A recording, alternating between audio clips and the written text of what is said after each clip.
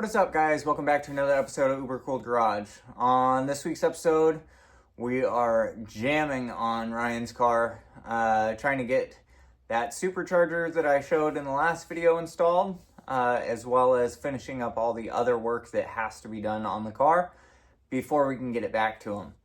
So a lot of this stuff is kind of jumbled around. There's kind of a section where I kind of skip ahead a little bit, but we get a ton of work done in this video, and there's more to come. So, hope you guys enjoy this video. Let's hop right into it.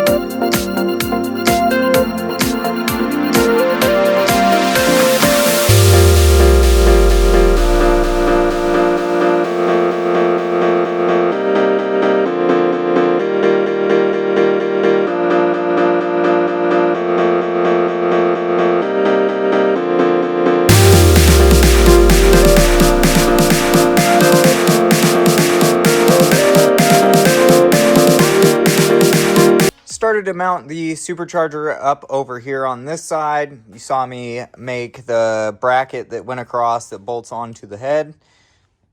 Started looking at everything else with belt routing and all of that stuff. You can kind of see here that in order for it to line up, the crank pulley would have to come out this way. I had the idea of maybe using the one off of my car because it is a dual belt front pulley. Went ahead, pulled off both of them to compare to see if it was even possible.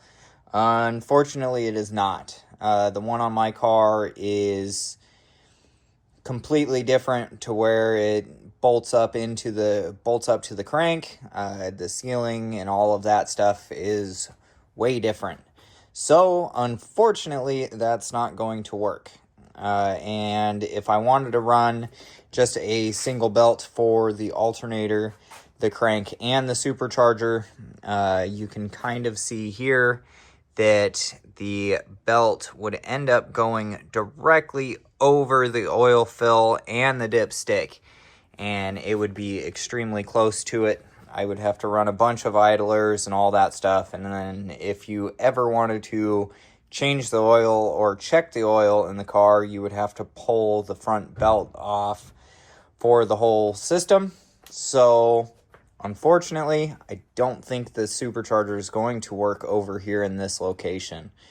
I could possibly buy a supercharger pulley that would bolt on to the front of this one, but even at that point, it would still have to run a bunch of idlers, and it would have to loop down and then come back up and around, and so I would have to probably have an idler here up top and on bottom to keep the belt this way, and then another idler here to pull it up and around, and another one here to pull it down and around. So unfortunately, I think that's way more than what it's worth.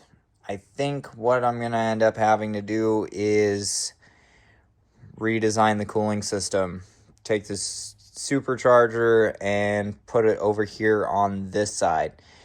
That way I can run the belt up over the alternator directly across into the supercharger, down, and then bring it back down into the crank pulley. So I think that's going to be the best bet. Really sucks. I really didn't want to mess with the cooling system since everything is functioning right now, but I think that's going to be the best solution. It'll actually clean up the engine bay a lot as well with intake pipes and all of that stuff. All of that stuff will actually get tucked back in the fender well there, and then loop back around into the motor and into the air filter. So I think that's what we're going to have to do. We're going to have to drain the system, pull off the coolant pipes, and just see if this is even feasible on this side. And then if it is, we'll start mounting the thing up. Inside the car, I have been working on finishing up all of the ECU wiring. So everything is all wrapped up now. Everything is all nice and clean and tidy. Got it all loomed up. So all of this is basically done. The only thing I have to do is plug the power wires in for the relays over to the battery. I'm still trying to think of how I want to do that to make it nice and simple and as clean as possible. So the wiring turned out awesome back here. So now we just got to finish wiring the rest of the actual car itself, and wiring should be done. So all of this is looking pretty darn good. So let's keep plugging away at getting the wiring wrapped up. That way we don't have to worry about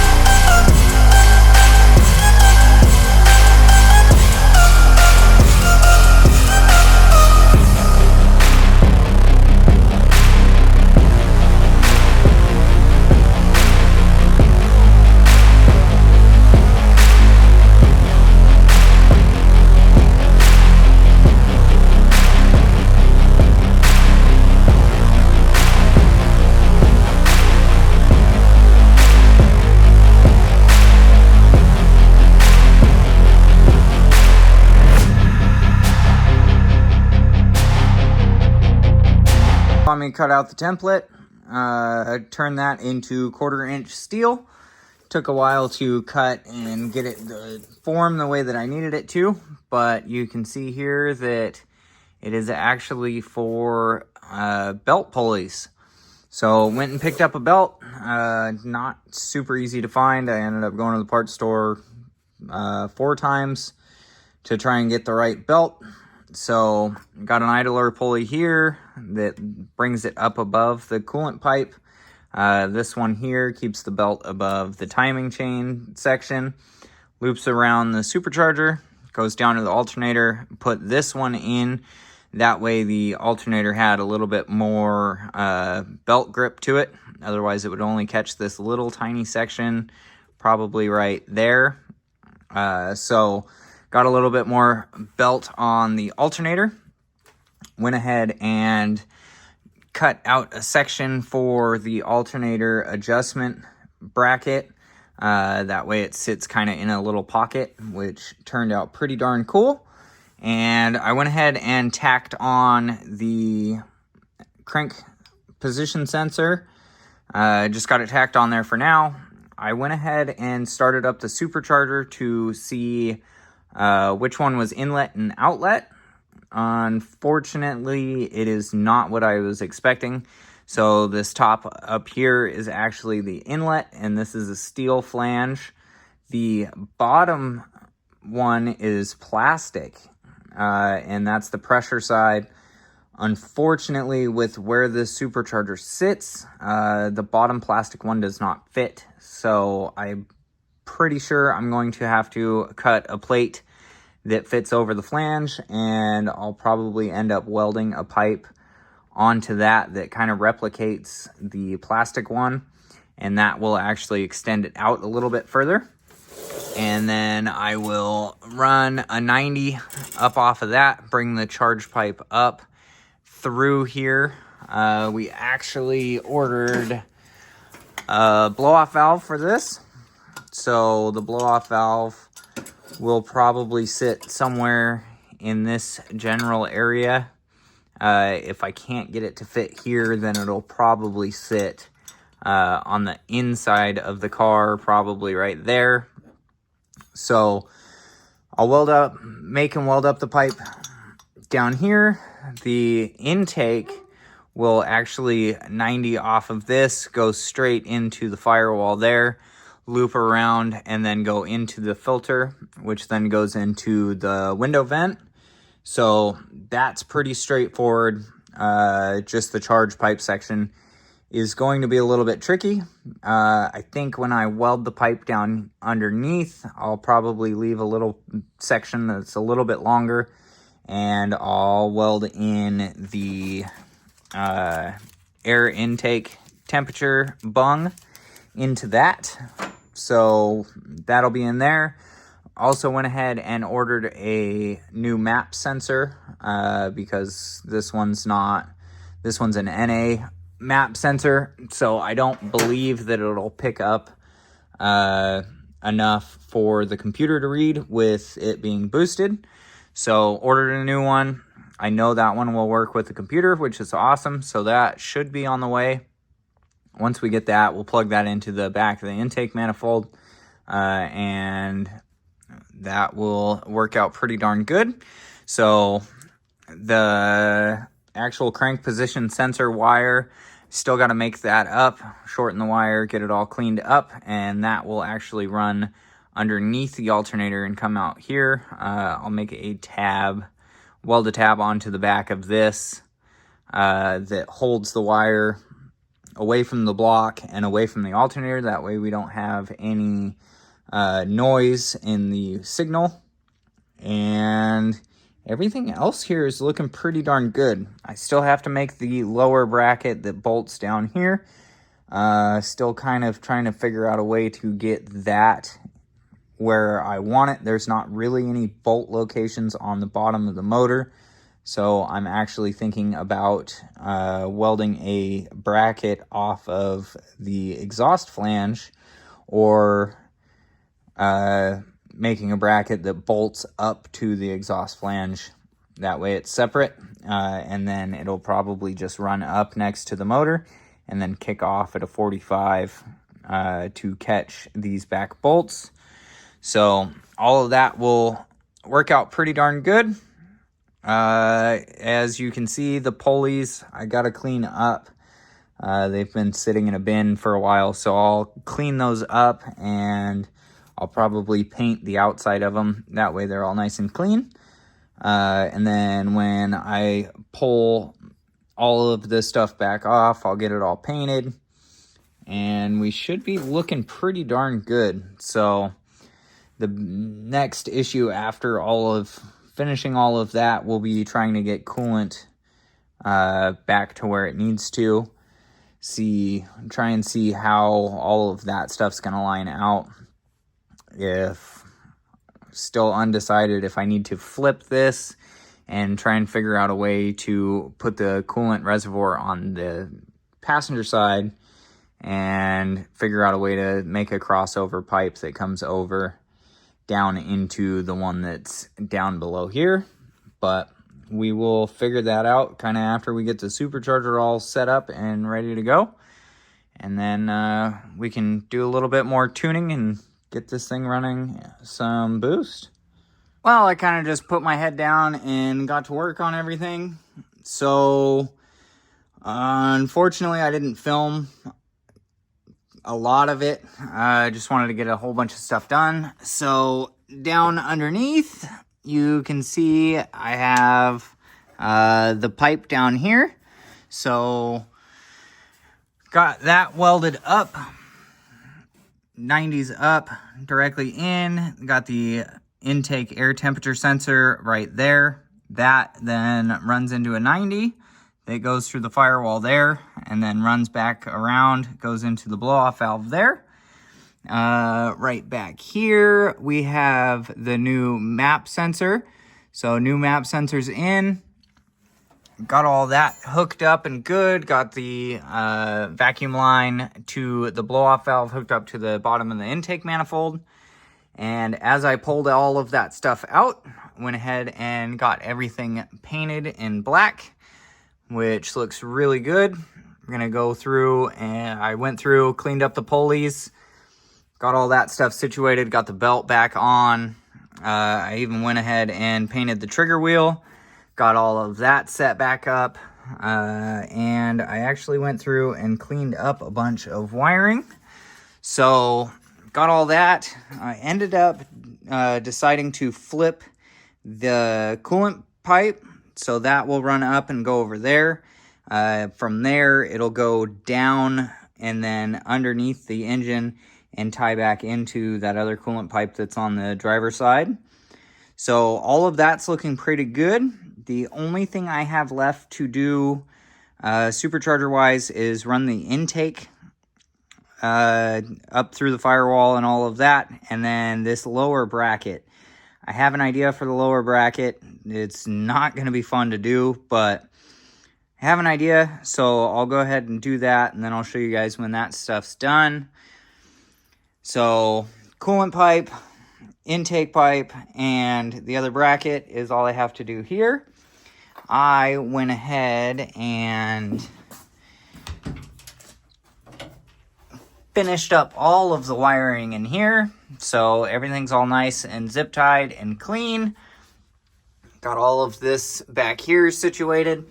The ECU unplugged at the moment, but put a breaker down here that supplies all of the relays. I'll get some actual labels and label those accordingly. So breaker runs down. Got a direct power line that runs up and over. This other red wire feeds the front fuse panel. So all of this stuff is all nice and cleaned up. I'm probably going to touch up a little bit of paint.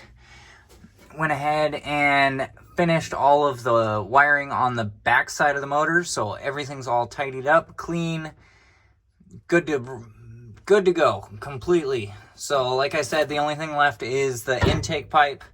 And then finish wiring the taillights and license plate light. And then all of this stuff should be pretty darn good. So we're getting really close. After all of this, I'm going to hop into wiring the car, test out all the lights, make sure all that stuff works, the gauges. And then we'll hop on getting the front end finished off, fix the suspension stuff that we need to, and on top of that, we got a wing today. So wing just came in the mail, got it all mounted up. Of course, pain in the butt, close everything with one hand, but the wing turned out really good. It is not quite as tall as Ryan thought it was going to be, so he'll probably end up getting a hold of Send Cut Send or somebody like that, and making his own uprights to get the wing up a little bit higher.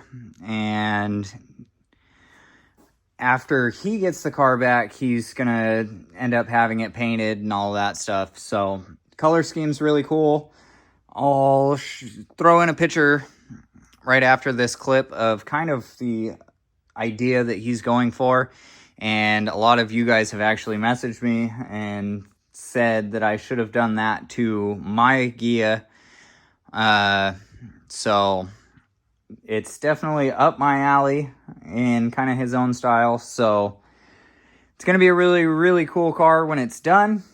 I know a lot of you guys are particular on not liking the fender flares or the wing or the window scoop or the hood or any of that, but